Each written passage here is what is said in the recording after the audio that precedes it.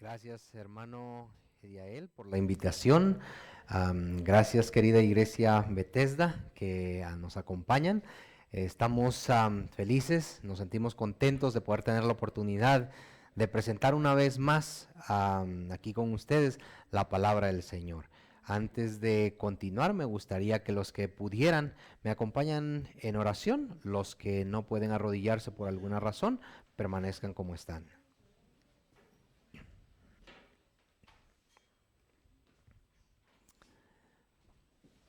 Amado Padre que estás en el cielo, una vez más acudimos a ti en oración, pidiendo, Señor, que nos llenes de tu Espíritu Santo, para que podamos, Señor, entender tu palabra, porque una de las funciones que Él tiene es guiarnos a toda verdad. Y, Señor, queremos ser guiados por ti. Queremos también, Señor, que tú puedas enseñarnos nuestros pecados. Una vez visto, Señor, que podamos traerlos a ti, porque tú eres el único que nos puede limpiar y lavar, Señor, de nuestro mal. Quédate con nosotros, queda con cada necesidad que ha llegado con cada uno de mis hermanos. Tú las conoces, Señor. Que tú puedas acomodar el mensaje de esta mañana para que sus vidas, incluyendo la mía, puedan ser bendecidas. Quédate pues con nosotros, Señor, te lo pedimos en el nombre de Jesús nuestro Salvador. Amén.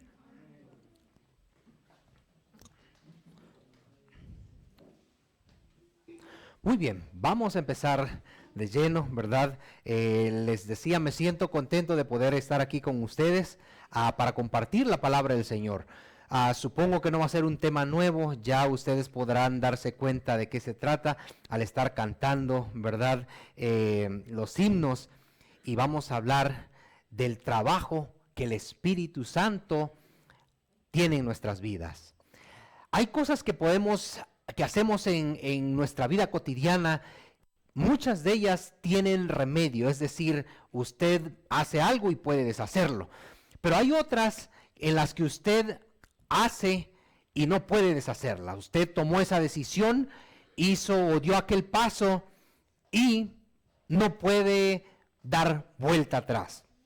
Piensen en esto, un paracaidista que está en un avión, ¿verdad? Va feliz porque va a ser su primera experiencia a lanzarse del avión con un paracaídas, ¿verdad? Muchos de nosotros tal vez nos deseamos en algún momento hacerlo, no lo hicimos tal vez por miedo, no sé por lo que haya sido, pero me imagino que debe ser una bonita experiencia, lanzarse al vacío y sentir el aire, ¿verdad? Corriendo por todo el cuerpo, no sé, la adrenalina. Diferentes cosas, diferentes emociones. Ese no es el tema, pero de igual manera, imagínense nada más que usted está en ese avión y que le dicen de repente, ¿están listos o estás listo? Ok, ahí vamos, 1, 2, 3. Lanza al vacío y de repente,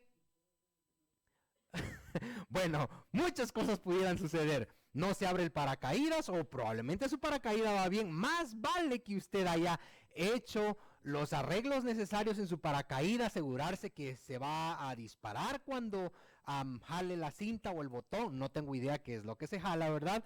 Pero más vale que ese paracaídas esté funcionando, ¿verdad?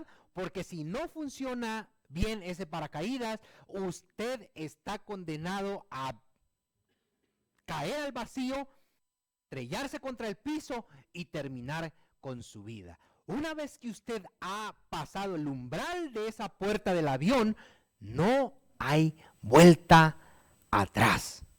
No hay vuelta atrás. Usted ha decidido ya sea vivir esa experiencia a lo más que se pueda o terminar accidental o por descuido con su vida, ¿verdad? Así que hay cosas como esas que pasan en la vida o podrían pasar en la vida. Pero las palabras más trascendentales que jamás se hayan pronunciado por Jesús tenían que ver con la terrible posibilidad de cometer el pecado imperdonable. En referencia a esto, ¿saben? Jesús dijo, Vamos a leer en Mateo 12:31, que es nuestra lectura central, y vamos a relacionarlo, ¿verdad?, con lo que hemos introducido en nuestro tema. Y vamos a ver por qué es que el rechazo a la voz del Espíritu Santo es la acción que no tiene retorno en la vida del ser humano. Así como cuando nos lanzamos de un paracaídas y está o no está todo listo, no hay vuelta atrás. Usted se ha lanzado, pero Jesús dijo estas palabras también en Mateo 12:31. Alguien, todos pueden buscarla en su Biblia. En Mateo 12:31 dice de la siguiente manera, leo y ustedes me siguen con la vista. Por tanto os digo que todo pecado y blasfemia será perdonado a los hombres, mas la blasfemia contra el Espíritu no será perdonado a los hombres. Y saben, es imposible malinterpretar el claro mensaje de este versículo. Existe un pecado mortal, ¿verdad? Tanto hombres como mujeres pueden saltarse la línea que existe entre la misericordia de Dios y su ira, sin poder regresar. ¿Cómo es eso posible? Estas palabras, pudiéramos decir escalofriantes, de nuestro Señor Jesucristo, contrastan marcadamente con sus habituales expresiones de bondad, porque nosotros leemos en la Biblia que Dios es todo amor, es bondadoso, es misericordioso, pero aquí en este versículo pareciera que estuviera diciendo como que hay algo que Él no pudiera hacer. En realidad no es Él. Vamos a entender que tiene que ver más con la acción del ser humano que con lo que Él tenga que hacer. Pero es correcto, podemos llegar a ese punto, ¿verdad?, de malinterpretar esto que Jesús dijo. Por esa razón, querida familia, queridos hermanos, iglesia y todos los que nos escuchan, debemos examinar este pasaje con mucho cuidado. ¿Cuál es este pecado que el cielo mira con tanto aborrecimiento y aversión? ¿Por qué Dios será tan severo con los culpables de cometer este pecado? Desde la perspectiva humana, diversos actos depravados y crueles entrarían en esta categoría. Pero ¿cuál de ellos considera Dios como algo tan atroz, tan vil, tan horrendo, que no podría perdonar? ¿Qué es lo que Dios no podría perdonar? Y saben, también en algunas ocasiones nos encontramos con personas que no saben si han cometido este pecado. Probablemente usted se está preguntando, ¿seré yo? ¿Yo he cometido tal vez ese pecado? ¿Será que yo soy el que ha traspasado la misericordia de Dios? ¿O estoy ahora mismo en una posición donde Dios no me puede alcanzar? ¿Cómo identificar este acto pecaminoso que trunca la esperanza de la salvación? ¿Cómo puedo saber si yo he cometido ese pecado imperdonable? Bien, antes de responder a estas inquietantes preguntas, porque yo creo que a todos nos inquietan en algún momento de nuestra vida, tal vez hemos hecho cosas que pensamos, Señor, yo no creo que yo tenga misericordia. ¿Qué sentido tiene que yo vaya a la iglesia si yo creo que he pasado el límite de tu misericordia? Bien, vamos a responder a eso. Y primero que nada, déjenme recordarles, yo creo que todos lo sabemos, pero servimos a un Dios infinitamente amante y compasivo. No se nos olvide eso, ¿ok? Servimos a un Dios amante y compasivo. Por lo tanto, yo no sé la razón por la que usted ha venido hoy en esta mañana acá, pero seguramente usted no está viniendo a la iglesia o a este lugar, o usted no está escuchando este tema por solamente un gusto o una costumbre. El Espíritu Santo tocó su mente, le puso el deseo en su corazón para que usted pudiera venir a este lugar y escuchar la palabra de Dios, porque es únicamente la palabra de Dios la que nos puede vivificar, la que puede transmitir poder a nuestra vida, aun cuando estamos moribundos espiritualmente. Así que Dios es un Dios amante y compasivo. No es su voluntad que nos perdamos. Ha hecho provisión en su palabra para que toda alma, ¿cuánto dije? Toda alma sea limpiada del pecado, para que puedan ser santificadas también. La increíble promesa que encontramos en Primera de Juan 1:9, me gustaría que me acompañaran allí para sentar lo que hemos dicho. Primera de Juan 1:9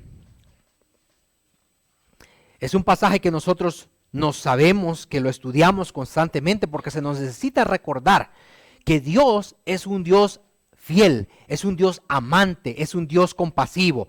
Este pasaje lee de la siguiente manera. Primera de Juan 1:9 dice: si confesamos nuestros pecados, Él es como fiel y justo para perdonar nuestros pecados y limpiarnos de toda maldad. Gloria a Dios por eso. Porque tenemos a un Dios que está más que dispuesto que nosotros como padres a perdonarnos y a limpiarnos de toda maldad. No se nos olvide eso, que no se nos olvide de ninguna manera. Cuando estemos a punto de pensar, yo ya no tengo remedio, mi vida ha sido un desastre y Dios no puede de ninguna manera alcanzarme o perdonarme, recordemos que si confesamos, es algo condicional. Si confesamos nuestros pecados, Él es como fiel y justo para perdonarnos y limpiarnos de toda maldad. Alabo a Dios por esa declaración que hace la palabra de Dios. Continuando, bajo la condición de una confesión sincera, Dios promete perdonar cualquier pecado, sin importar la naturaleza. Venid luego y estemos a cuentas, dice Jehová. Podemos leerlo en Isaías 1:18. Si nosotros leemos allí la palabra de Dios, miren la invitación amorosa que nos hace Dios. Isaías 1:18.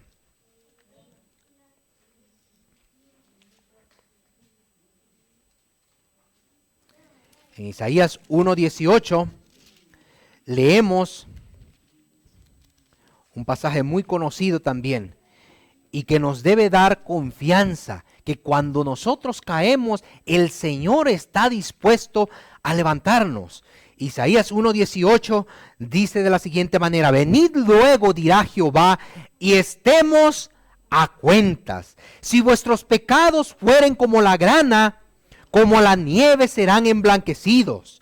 Si fueren rojos como el carmesí, vendrán a ser como blanca lana. Queridos hermanos, querida familia, querida iglesia, amigos que nos escuchan, qué seguridad tan especial para aquellos que han violado todas las leyes de Dios y los hombres en su caída en el abismo de la degradación.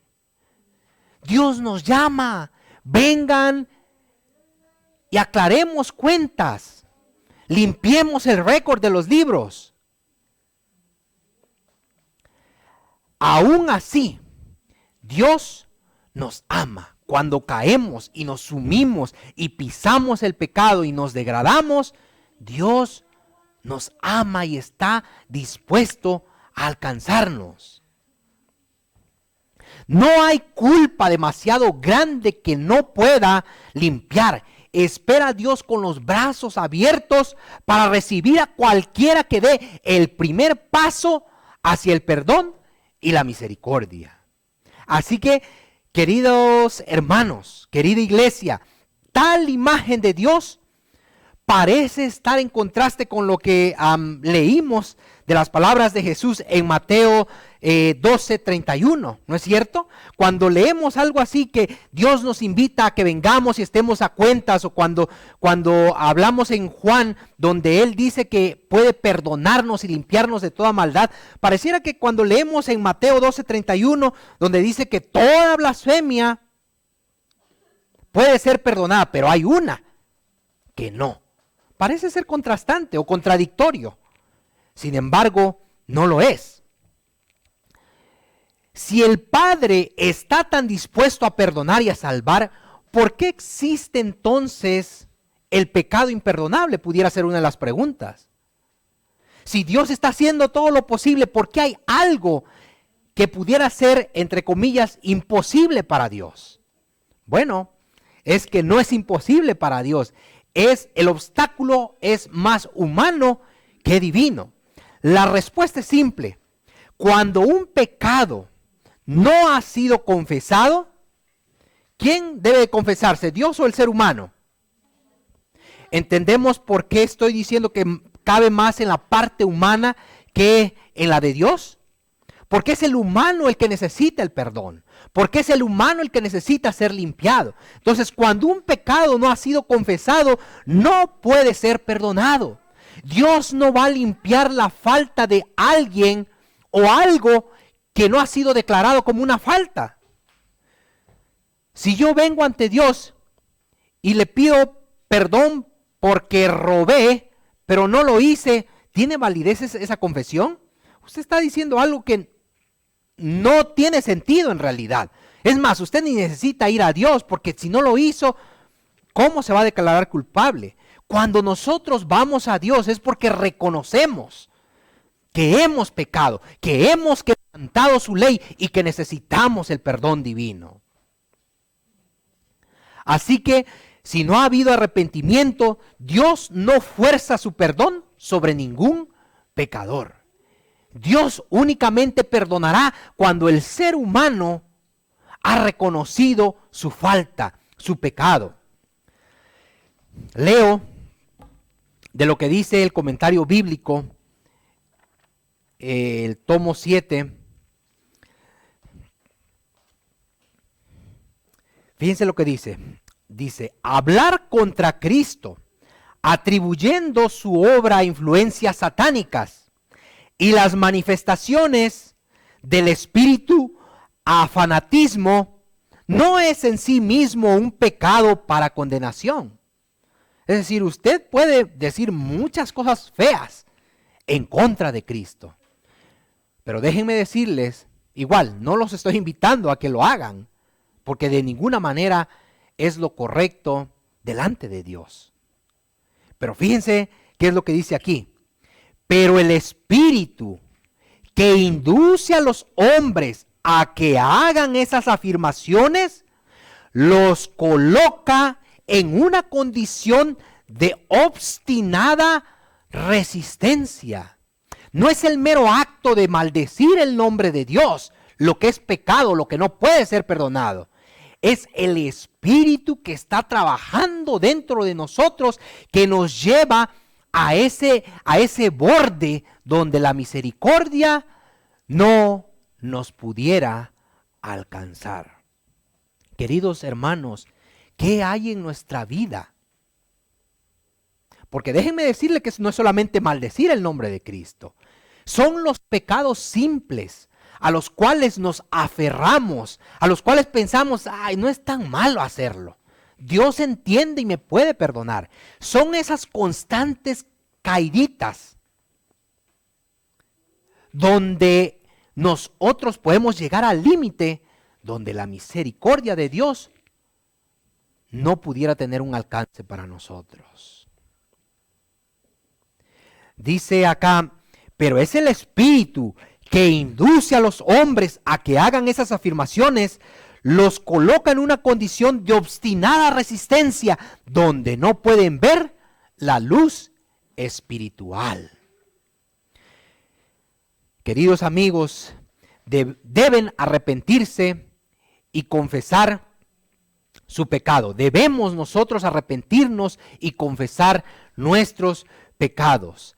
La hermosa promesa que leímos en 1 de Juan 1:9 contiene esa pequeña y significativa palabra de si confesamos nuestros pecados. Es una condicional. Dios nos puede dar su perdón, su misericordia nos puede alcanzar, pero si confesamos nuestros pecados. Él es fiel y justo para perdonarnos y limpiarnos, dice, de toda maldad. Y de acuerdo con la autoridad de la palabra de Dios, podemos estar seguros que todo pecado será perdonado si confesamos y nos arrepentimos.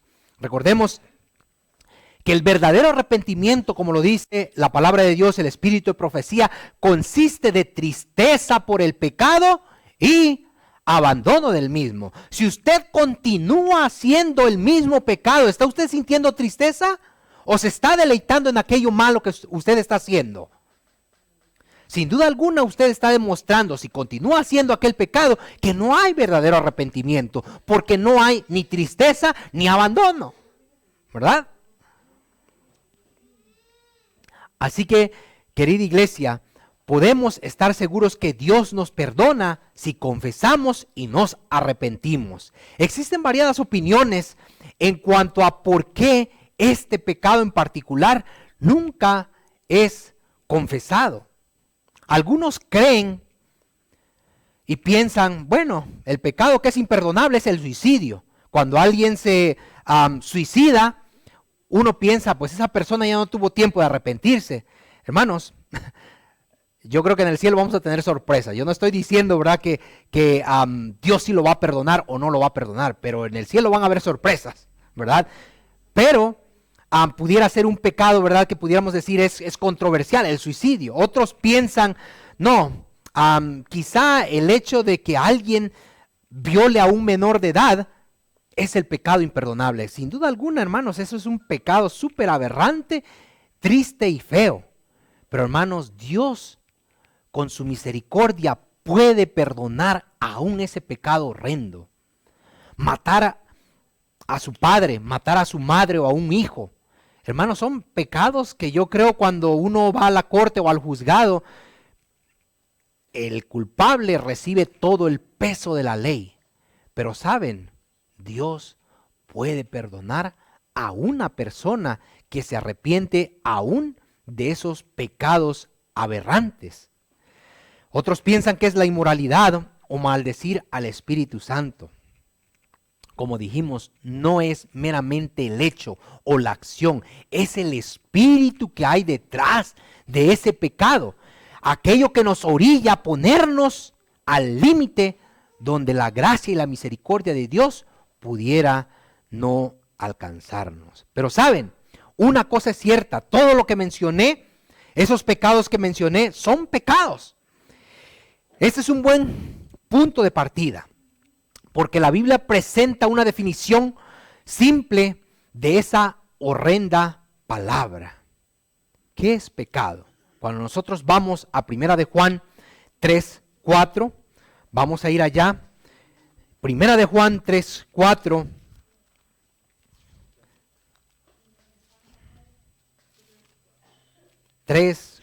Primera de Juan 3:4. Allí nosotros leemos lo que la Biblia define como pecado.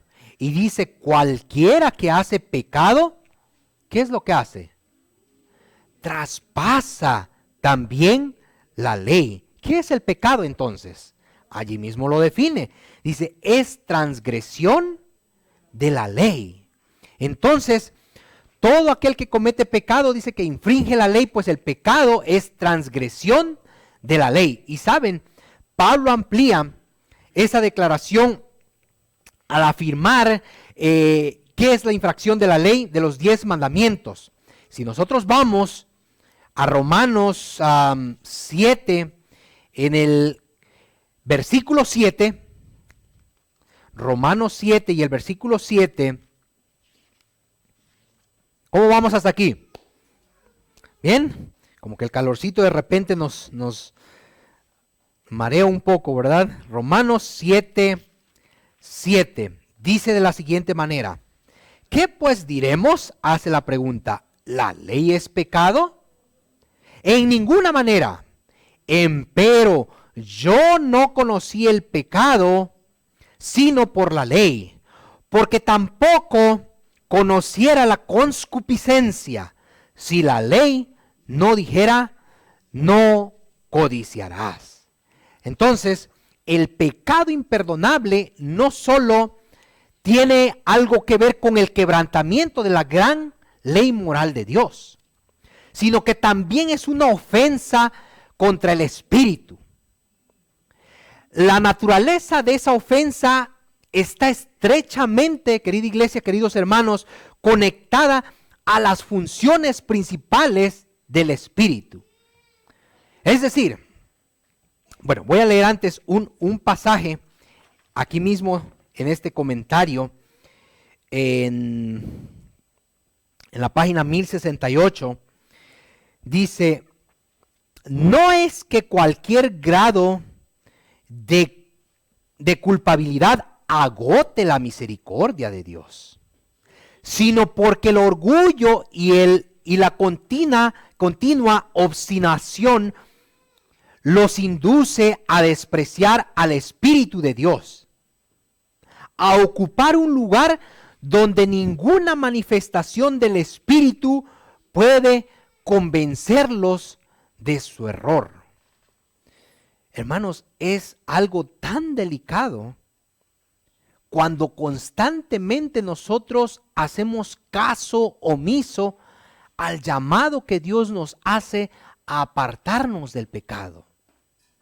Tengamos cuidado, porque todos, nadie de los que estamos aquí, estamos exentos de ponernos al borde donde la misericordia de Dios no nos pueda alcanzar. ¿Saben por qué? Lo vamos a ver acá, pero se los digo así rápidamente. El único agente que Dios utiliza para convencer al hombre de su pecado es el Espíritu Santo.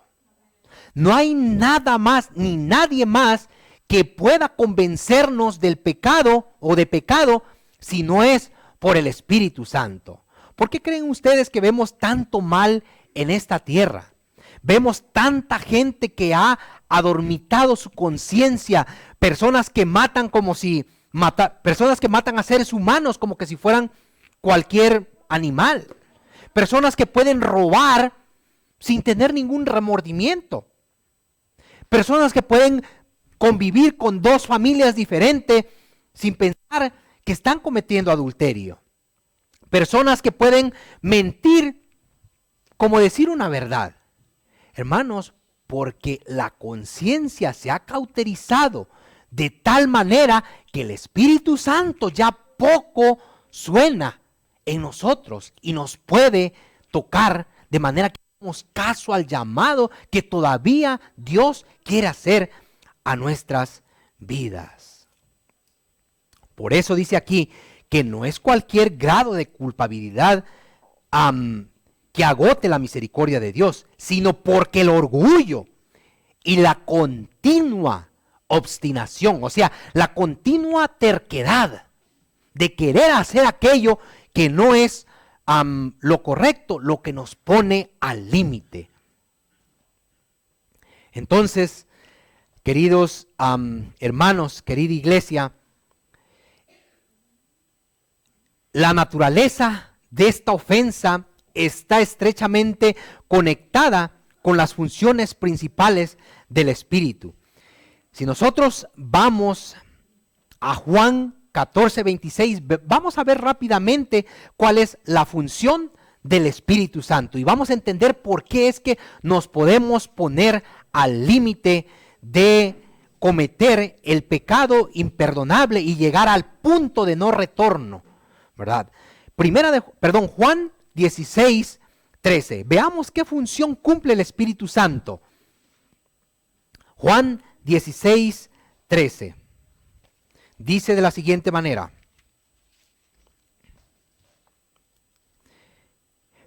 cuando viniere aquel Espíritu de verdad, ¿qué es lo que va a hacer ese Espíritu de verdad en nosotros? ¿Qué va a hacer? Él os guiará a toda verdad. Es decir, hermanos, iglesia, el Espíritu, la función que tiene el Espíritu Santo, una de las tantas funciones que tiene es guiarnos a la verdad. Pero ¿qué pasa entonces si usted acalla la voz del Espíritu Santo? ¿Puede ser guiado a toda verdad? De ninguna manera. Usted puede caer en el engaño porque usted no está siendo guiado por el único agente que puede guiarlo a la verdad. No nos confundamos, hermanos. El enemigo de ninguna manera va a llevarnos a la verdad. Puede usar un poco de verdad, puede usar 99% de verdad, pero él nunca nos va a llevar a la verdad completa. Es únicamente por el poder del Espíritu Santo que el hombre puede conocer la verdad que se encuentra tal y como es en la palabra del Señor. Por eso es importante que nosotros estemos atentos a la voz del Espíritu Santo, porque la función que tiene es enseñarnos o guiarnos a toda verdad. Si nosotros leemos en el versículo 26 del mismo libro de Juan 14, 26, en el capítulo 14,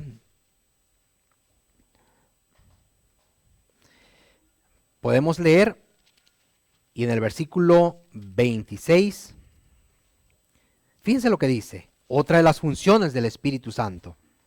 Mas el Consolador, el Espíritu Santo, al cual el Padre enviará en mi nombre, Él os enseñará. Es decir, el Espíritu Santo no solamente nos guía a verdad, pero Él nos enseña también. Él os enseñará, dice, todas las cosas y os recordará todas las cosas que os he dicho. Así que el Espíritu Santo es el que nos enseña también.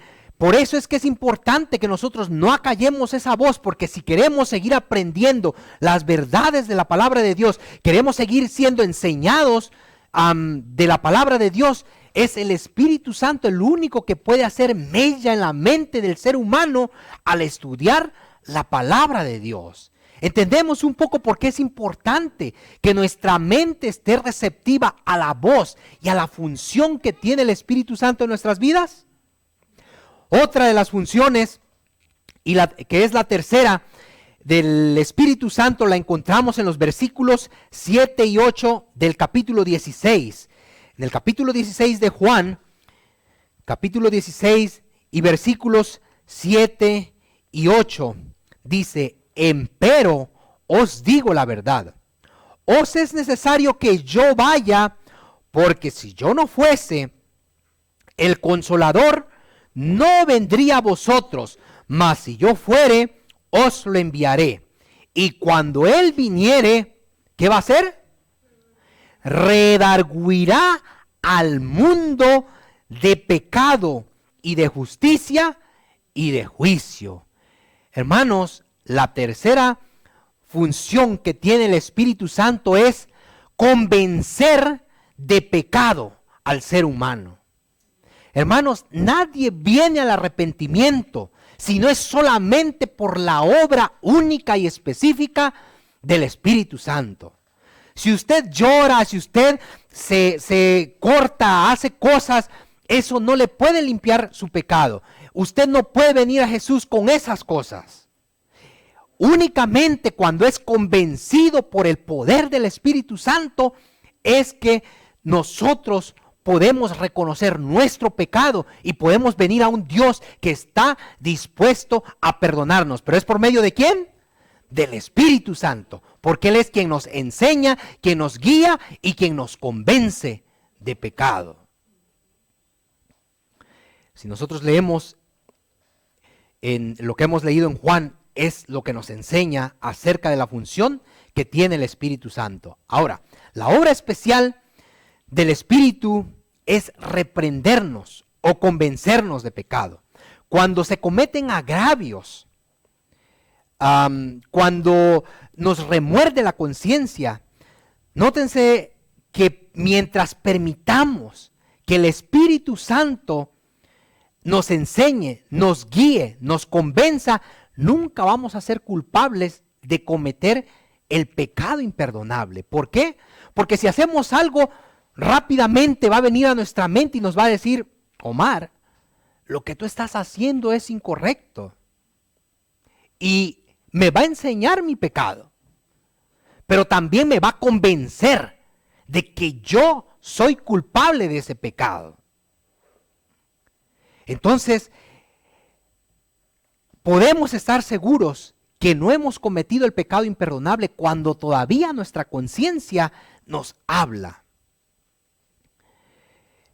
El Espíritu Santo es el agente que Dios usa para que nosotros no nos vayamos más allá de los parámetros mortales y que cometamos el peor pecado del cual haya constancia en este mundo y en la palabra de Dios. Es intrigante, hermanos, estudiar la incidencia de este pecado en el registro bíblico. Hubo un momento en la Biblia cuando prácticamente todo ser viviente cruzó esa línea. Y fíjense de la manera que presenta la palabra de Dios de lo que pasó en aquel entonces. Algunos ya se están dando una idea de qué vamos a hablar. ¿Cuál fue? Bueno, hubieron bastantes ocasiones donde la Biblia menciona, ¿verdad? Ya sea una generación, un pueblo, donde la misericordia de Dios fue probada, donde el hombre trajo al límite la capacidad del Espíritu Santo para poder salvarlo. Eso lo encontramos en Génesis y estamos hablando del diluvio. Fíjense lo que dice Génesis, vamos a leerlo en el versículo 3 del capítulo 6 de Génesis. Génesis capítulo 6 y versículo 3.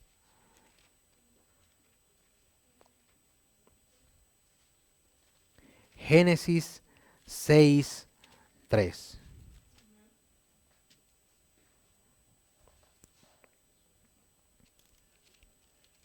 ¿Llevo 29 minutos o me faltan 29 minutos? Me faltan, ok. Génesis capítulo 6 y el versículo 3. Dice de la siguiente manera: y dijo Jehová, ¿no contenderá quién? Mi espíritu con el hombre para siempre, porque ciertamente él es carne, mas serán sus días 120 años. ¿Qué nos indica ese pasaje, queridos hermanos? Tiene un límite el esfuerzo, el llamado que el Espíritu Santo hace al corazón humano. ¿Será que es porque Dios se cansa o es porque Dios ve que el corazón del ser humano llega a estar tan empedernido, tan endurecido, al punto de que no tiene sentido estar insistiéndole a una persona? Es como, por ejemplo, si usted pone un despertador en su habitación, lo puso a las 5 de la mañana, como esta mañana que teníamos que despertarnos, ¿verdad? Pero no es nuestro caso. Y le suena a las 5 de la mañana y ¡ring! Y usted le pega, ¿verdad? Ay, otro ratito más. Y ese ratito se convierte en unos 3, 4 minutos y vuelve a sonar el despertador, ¡ring! ¿Verdad? Y usted lo vuelve a apagar. Querido amigo, y déjeme decirle que a mí me ha pasado, o nos ha pasado, de que hay veces de tanto apagarlo, uno se queda dormido. No hay nada más que te pueda despertar. Si ya el despertador cumplió su función, solamente tiene, no sé, para 3, 4, 5 veces que le apagues. Imagínese, si el despertador se cansa y deja de llamarnos, hermanos, la conciencia del hombre, no la misericordia de Dios. Dios está allí, pero la conciencia del ser humano llega a crear un callo, como se le dice, ¿verdad? Al punto de que Dios no puede hablar más. Y eso lo podemos ver en ejemplos bíblicos, como por ejemplo cuando dice la Biblia que Dios endureció el corazón del faraón. Saúl fue otro de ellos también. No vamos a verlos a detalles, pero eso es lo que pasa, hermanos, porque Dios llama, Dios toca la conciencia del ser humano. Y si el ser humano no pone atención, si el ser humano no hace caso al llamado, hermanos, no hay mucho que Dios pueda hacer cuando el hombre mismo no quiere ser llamado por el Espíritu Santo. Entonces aquí nosotros vemos que Dios dijo en el versículo 3, y dijo Jehová, no contenderá mi espíritu con el hombre para siempre. Saben que en esa generación muchas personas ayudaron a construir el arca. Muchas personas trabajaban y mientras trabajaban Noé predicaba y les decía, arrepiéntanse, el diluvio va a venir. Y esa generación llegó a estar tan empedernida, hermanos, tan empedernida que ustedes saben la historia de cuántos se salvaron. ¿Cuántos se salvaron? Recuerdo haber escuchado en alguna predicación de alguien cuánto más o menos se calculaba que era la población en aquel entonces. Pero imagínense cómo estaba la mente humana. Yo imagino que habían miles, voy a poner miles, no voy a poner millones, ¿verdad? Pero pongamos, qué gran pérdida, qué gran tragedia fue aquella por no hacer caso o por hacer caso omiso a la voz del Espíritu Santo. Entendemos, querida iglesia, queridos hermanos, por qué es tan trágico y crucial el no hacer caso a la voz del Espíritu Santo. Quizá hoy Dios nos está llamando de algo que estamos haciendo mal. Quizá hay alguna falla en nuestra vida que nosotros pensamos, no, Dios sabe, de todas maneras yo voy a la iglesia y mientras yo vaya a la iglesia está bien y estoy salvo. Hermanos, amén, pudiéramos estar al mismo borde, aún dentro de la iglesia, si nosotros no hacemos caso, no dejamos que el Espíritu Santo trabaje en nuestras vidas, que nos convenza de nuestro pecado y nos podamos convertir a la palabra de Dios. Dios se refiere aquí al mundo antediluviano que pereció en el diluvio. Durante más de 100 años, el Espíritu Santo instó al arrepentimiento a esa generación inicua por medio de la predicación de Noé. Aunque los pensamientos de sus corazones eran de continuo al mal, un pequeño remanente de ocho personas respondió solamente al llamado que el Espíritu hacía y entró en el arca. El resto fueron arrasados por las furiosas aguas que cubrieron los montes, los valles y todo lo que existía en aquel entonces. Después de años de paciente lucha, el Espíritu se retiró. Hermanos, como iglesia se nos es amonestado que el Espíritu de Dios está retirándose de esta tierra. Por eso es que vemos tanta maldad. Hermanos, hay veces venimos a la iglesia y no sentimos que Dios nos está hablando. ¿Será que ya nuestra conciencia hay veces tiene un callo que nada le penetra? Ni porque pongamos esas dos parlantes a todo volumen, nada nos hará despertar. Si nosotros nos estamos poniendo, fíjense lo que estoy diciendo, nosotros, no Dios, nos estamos poniendo en el límite donde la misericordia de Dios pudiera no alcanzarnos. Les pregunto, ¿dónde estamos, hermanos? ¿Está todavía Dios hablándonos a nuestras conciencias? Cuando hacemos algo malo, Dios todavía nos dice, hijo, no es por allí, mira por mis caminos, estas son mis veredas. ¿Todavía está hablando a nuestras conciencias? ¿Será posible que yo esté tal vez hablándole a alguien que esté diciendo, yo necesito este tema, porque realmente no siento, no estoy escuchando, siento que no estoy escuchando más la voz de Dios. Pudiera ser posible, hermanos. ¿Podría volver a pasar lo mismo? Existe un paralelo asombroso entre los días de Noé y la actualidad. Jesús dijo, cuando nosotros leemos en Lucas 17, 26, vamos a ver, para que veamos qué es lo que dice la palabra de Dios y veamos que Dios nos está hablando, ¿verdad? Porque ese es el propósito de la palabra de Dios, que sacuda nuestras conciencias, que podamos ver qué es lo que Dios quiere decirnos a nuestras vidas. En Lucas 17, 26, Lucas 17, 26 dice de la siguiente manera.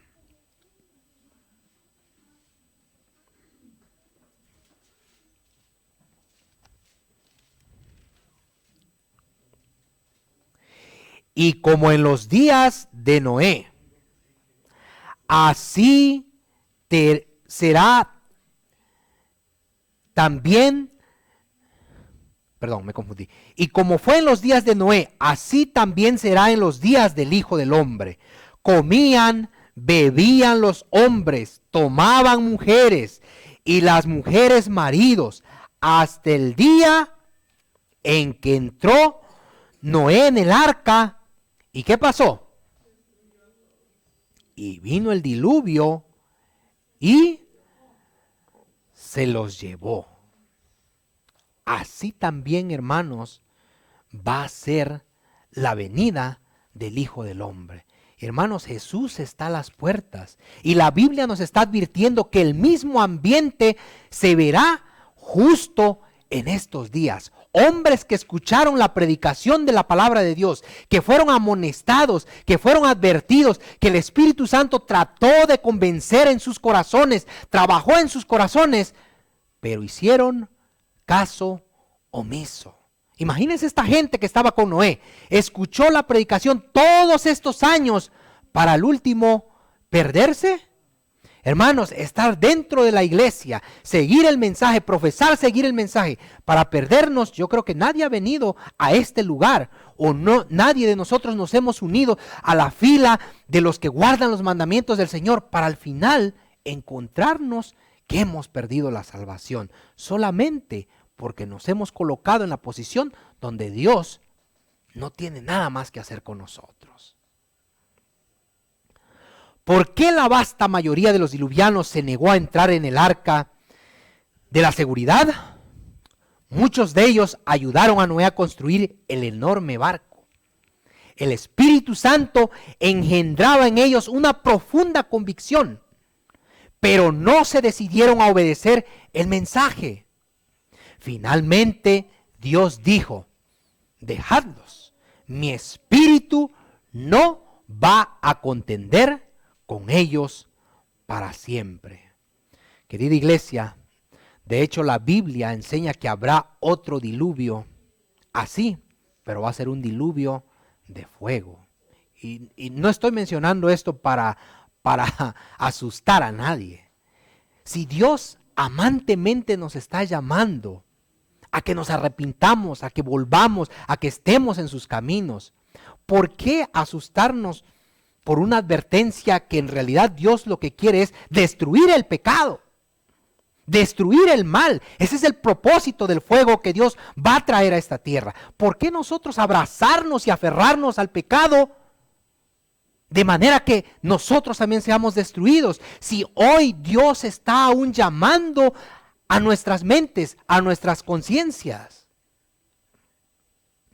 Déjenme terminar con este último pasaje del Espíritu de Profecía, hablando acerca de los israelitas. Recordemos, el pueblo de Dios en este día es el Israel moderno. Dice en Patriarcas y Profetas, en la página 54, en la página 490, perdón, en el capítulo 54, página 490, los israelitas fueron inducidos al pecado precisamente cuando se hallaban en una condición de ocio y seguridad aparente. ¿No es así como se encuentra la iglesia hoy en día? Pensamos, bueno, ya estamos aquí, somos bautizados, devolvemos nuestros diezmos, es más, hacemos obra misionera, ¿verdad? Bueno, es una advertencia, hermanos, eso es para mí y para todos.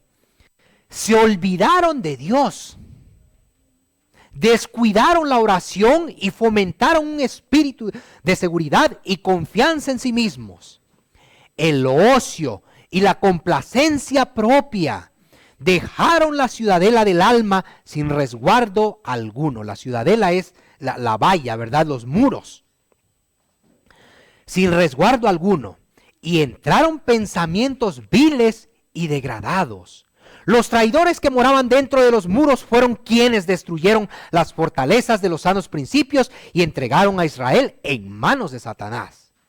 Y esta es la parte donde quiero que pongamos atención para propósitos y fines de lo que estamos hablando, de la función del Espíritu Santo, del trabajo del Espíritu Santo.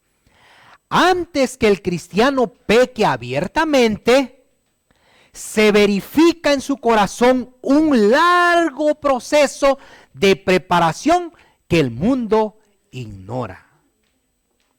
Hermanos, como cristianos no vamos a llegar a ser los grandes malhechores de la noche a la mañana. El espíritu de profecía nos advierte y dice que es un largo proceso que el mundo ignora, pero nosotros no. Es cuando cedemos un poquito aquí. Ay, no está tan mal. Y el Espíritu Santo te dice, está mal. Vuelve al camino recto.